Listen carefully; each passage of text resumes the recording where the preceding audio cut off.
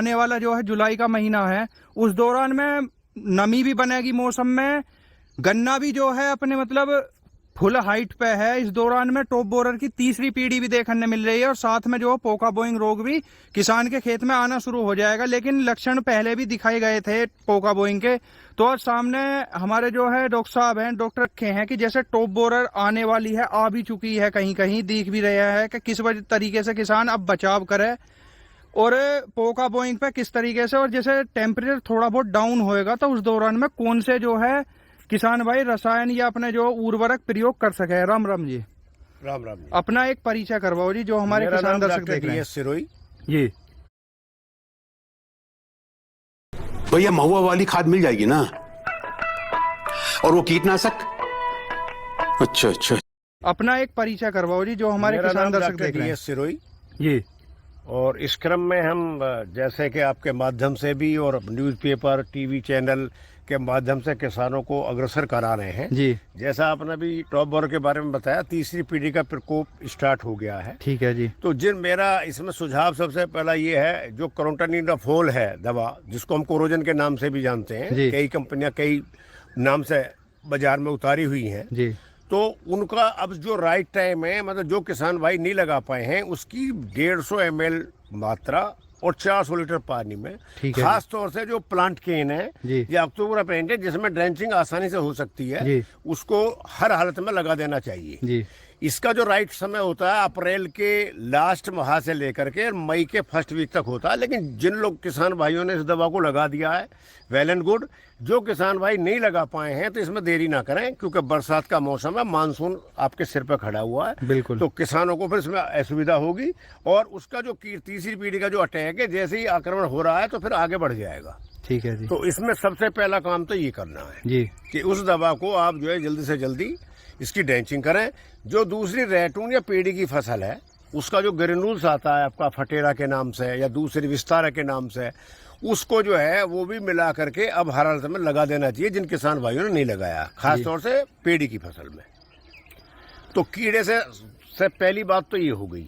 दूसरी, अब जैसे आप बता रहे हैं कि जी जुलाई आने को हो रही है, जून के हम एंड में आज बात कर रहे हैं, तो पोका बोइंग के भी मेरे पास बहुत किसानों के फोन आ रहे हैं, सिम्टम आने शुरू हो गए हैं जी। और जिन क्षेत्रों में खासतौर से 00238 अभी अभी लोगों ने बचाई हुई है, वहाँ पे सिम्टम ज्यादा आएंगे। उस बीमारी, उस वैरायटी के अंदर इसका अटैक ज्यादा होता है दूसरी वैरायटियों के मुकाबले।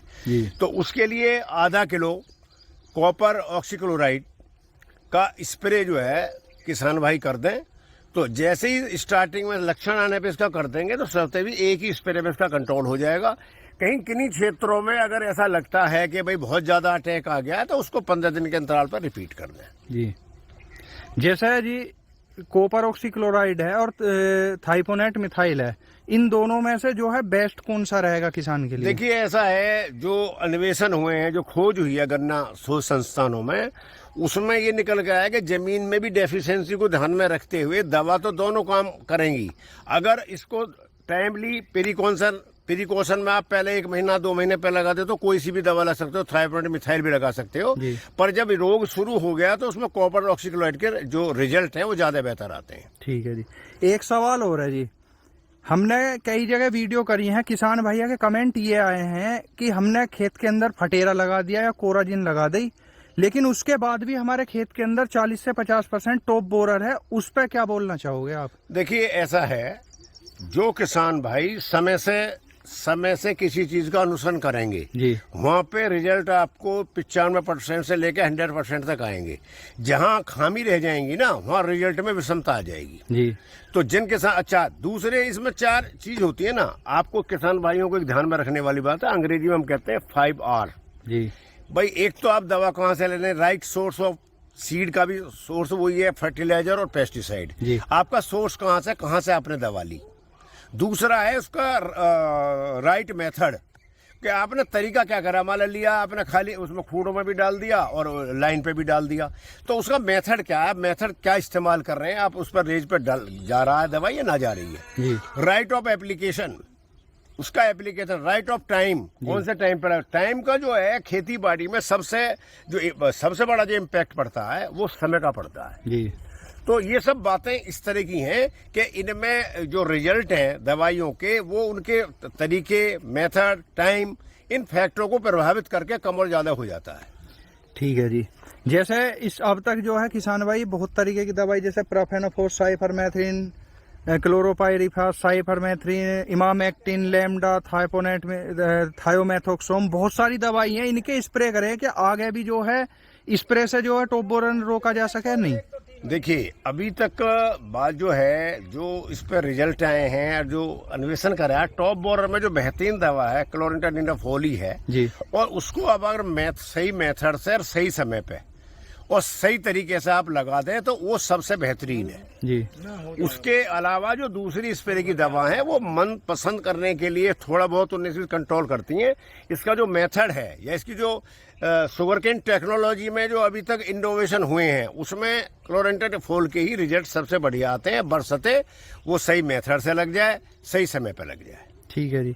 जैसे अब जो है टाइमिंग जो है, अब से बाद में टेम्परेचर डाउन होंगे तो इस टाइम तो जो है ज्यादा ओवरडोज भी किसी चीज की सही नहीं, लेकिन अब से बाद में किसान भाई किन उर्वरकों का प्रयोग करे जो उसका गन्ना अच्छा बना रहे? देखिए, अभी एक तो मैं किसान भाइयों को ये सुझाव दूंगा कि जो समय हमारा नाइट्रोजन की जो शेष मात्रा है जी, उसका अब जैसे 2-4 दिन में बारिश हो जाएगी, जिन भाइयों ने नाइट्रोजन की टॉप ड्रेसिंग नहीं दी है, चाहे वो स्प्रे के रूप में और चाहे वो बेसल डोज में, तो एक तो बरसात मानसून आने से पहले पहले उसको कंप्लीट कर दें।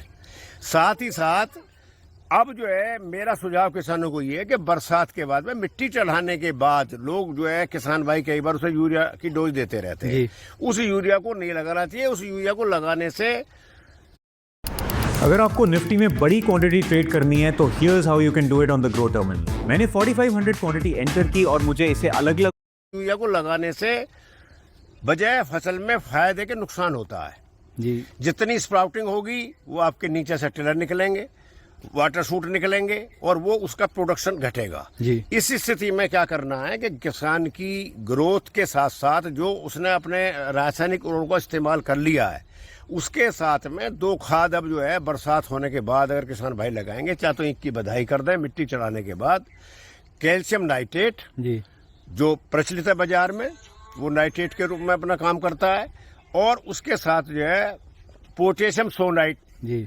हमने पिछली वीडियो में भी किसानों को बताया था, पोटेशियम सोनाइट 10 किलोग्राम पर एकड़ से लेकर के 15-20 किलोग्राम पर एकड़ के हिसाब से जैसे खेत की रिक्वायरमेंट है उसका इस्तेमाल करने से गन्ने की मोटाई भी बढ़ेगी और गन्ने की लंबाई भी बढ़ेगी और उसमें वजन बढ़ के उसका प्रोडक्शन अच्छा होगा।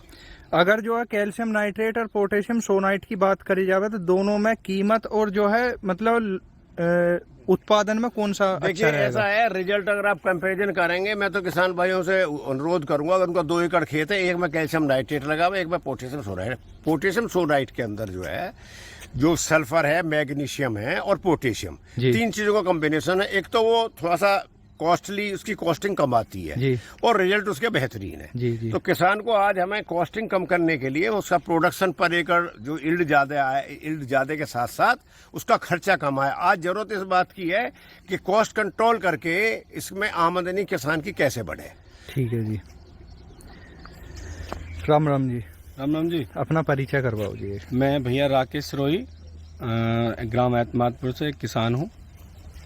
ये जो तुम्हारे पीछे खेत है, ये ट्रेंच विधि से बो रखा, कितने दिन से